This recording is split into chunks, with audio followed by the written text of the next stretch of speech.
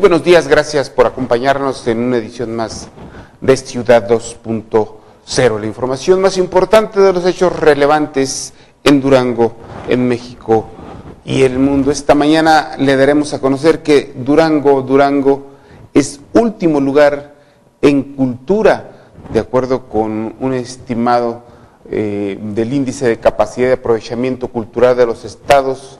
Nuestra entidad es de los que menos le invierten a este rubro cultural.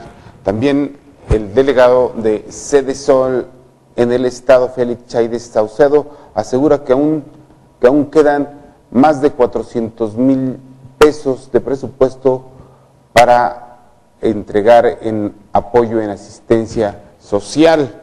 El síndico del municipio aún recibe pagos del Instituto Tecnológico de Durango. Te recordará aquí en la semana ahora le dimos a conocer en un amplio reportaje los maestros que aún siguen cobrando en la Secretaría de Educación Pública sin desempeñar un cargo por el simple hecho de estar como funcionarios en otra dependencia o ser representantes populares como regidores, como diputados. Es necesario aumentar la cobertura superior de educación superior, asegura el ingeniero Rodolfo Tuirán, que es el director o el subsecretario de Educación Superior de la Secretaría de Educación Pública. Procampo favorece a productores ricos y acomodados, asegura un estudio revelado por la Organización de las Naciones Unidas. Bueno, esto y más le daremos a conocer en unos minutos después de unos mensajes. Regresamos.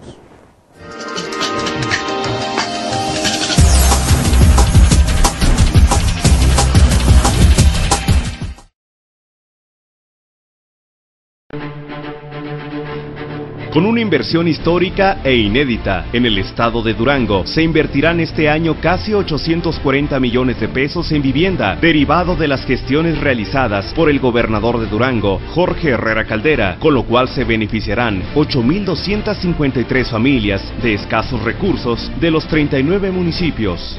Con la mezcla de recursos del gobierno del estado y de los gobiernos municipales y la aportación de los beneficiarios, esta inversión va a llegar a 839 millones de pesos. Con estos recursos estaremos realizando juntos 8,253 acciones de vivienda. En reunión con los presidentes municipales, el Ejecutivo del Estado destacó que las mencionadas inversiones superarán los montos ejercidos en materia de vivienda durante los últimos 12 años en la entidad. Estamos hablando de un programa de alto contenido social que atiende el elemento primordial de toda la gente, que es el poder contar con una vivienda. Esto es el patrimonio que siempre quisiera toda familia. Finalmente, Herrera Caldera agregó que además de la generación de empleo, se reactivarán 34 ramas de la economía. Y entonces queremos hacer el programa más ambicioso en la historia de Durango en vivienda, y eso también significa empleo. Unidos, crecemos todos. Gobierno del Estado de Durango.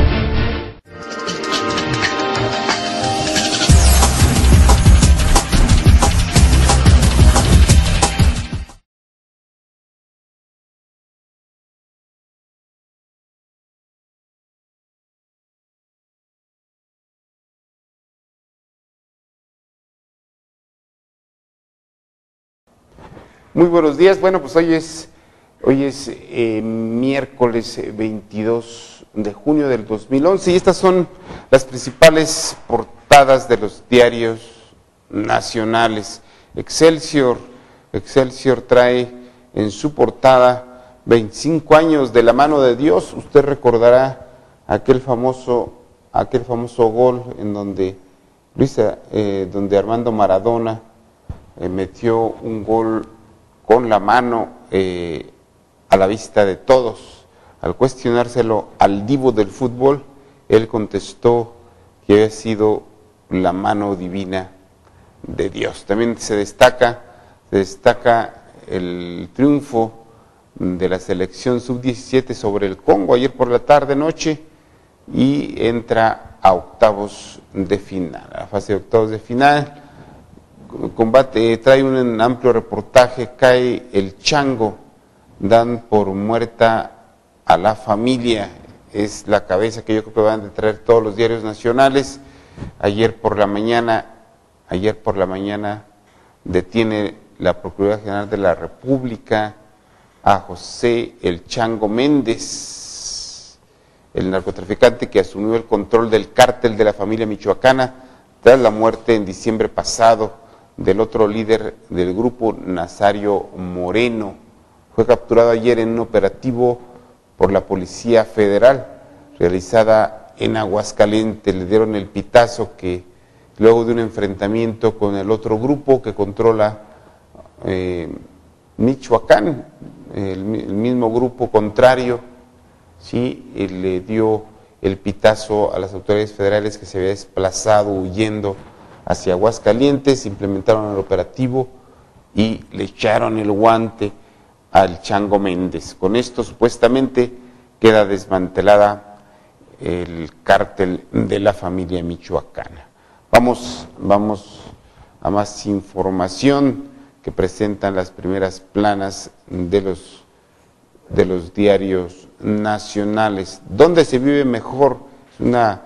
Es una información muy interesante que presenta el periódico Excelsior. El lunes pasado, en entrevista con Excelsior, el gobernador Emilio González dijo que en Jalisco se vive mejor que el Estado de México, por ejemplo.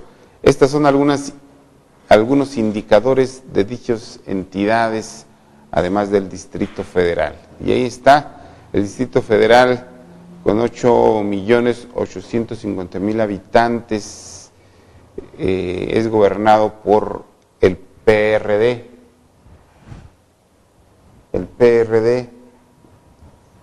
El Estado de México, que es gobernado por el PRI, tiene 15.175.000 habitantes. Jalisco, 7.350.000 habitantes. Y bueno, son tres grandes ciudades y yo creo que son emblemáticas del país: el Distrito Federal, el Estado de México y Jalisco. Ustedes lo pueden observar. Y la tasa de desempleo en el DF es de 5.8%, casi el 6%. La tasa en el Estado de México es del 6% y la tasa en Jalisco es del 5%. Claramente se ve el trabajo estratégico de la promoción del empleo que está dando resultados en el Estado de Jalisco, según el análisis de Excelsior. También comparan el Producto Interno Bruto. El Producto Interno Bruto, el crecimiento del PIB en 2010, en el Distrito Federal es de 3.6%, en el Estado de México del 7.7%, casi del 8%, y bueno, en Jalisco es del 5.0%. También ahí destaca Jalisco junto con el Estado de México. El rezago educativo, un instrumento que debe de tomarse muy en cuenta. En el Distrito Federal el rezago es del 9.4%, en el Estado de México es del 14.7% y en Jalisco es del 19.1%. Mejor estrategia es en el gobierno del Distrito Federal. Y la población sin acceso a la salud, el mejor promedio lo tiene también el Distrito Federal con el 32.9%, rezagadísimo el Estado de México con 39.3%, le sigue Jalisco con el 33.8%. En rezago de vivienda, la gente que vive sin vivienda propia, el 8.7% lo tiene el Distrito Federal, un muy buen promedio, el 14.4%, muy rezagado el Estado de México, y el 9.3% el Estado de Jalisco. Ahí están las cifras comparativas. Yo creo que es bueno sacar este tipo de informaciones para de alguna manera valorar en grandes rubros, en rubros estratégicos, qué es lo que hacen los gobiernos en el país. Está interesante la propuesta de comparación, de análisis que hace Excelsior en su edición, ¿no? Sí, está muy completa, y hay más información todavía que no se muestra en estas gráficas, y que es importante que se considere cada uno de los estados, sobre todo Durango, para ver con quién va a competir, ¿no? Y en qué rubros puede ofrecer mejores servicios y sobre todo traer empleo, ¿no? Sí, debemos de dividir posiblemente en 3 grandes rubros de comparación: los estados desarrollados o altamente desarrollados, como es Jalisco, el Estado de México, como es Nuevo León, como es Jalisco, como es el Distrito Federal, los estados medios, sí, de crecimiento medio, y los ampliamente rezagados. Antes Aguascalientes era uno de los estados por excelencia muy desarrollados y que tenía todos esos, vamos a llamarle indicadores muy controlados, y de un tiempo para acá como que se descontroló bastante. Se descuidó. Muy bien, vamos a más información. Vamos a más información con otra primera plana. El Universal también trae como nota principal: cae jefe del cártel de la familia, queda destruida la estructura de mando del grupo criminal. Eso es lo que dice Alejandro Poiré, que es el secretario técnico del Consejo Nacional de Seguridad y vocero para temas del narcotráfico. Vamos a ver si en los hechos queda destruida la estructura, porque aquí son como en las películas de Gremlins, Marsh, ¿cómo se llama? Estos que se transforman, ¿sí? Donde los matan ahorita y reviven y salen más fuertes, ¿no? Ojalá y no suceda así en el caso del cártel de la 30 millones de pesos ofrecían por la captura de este narcotraficante. Y bueno, anteriormente el cártel de la familia en Michoacán había dicho que se disolvía, ¿no? Desde hace ya meses. Y es que, o sea, ¿cómo se crean derivaciones y corrientes aberrantes? ¿Cómo es el ser humano tan complicado, no?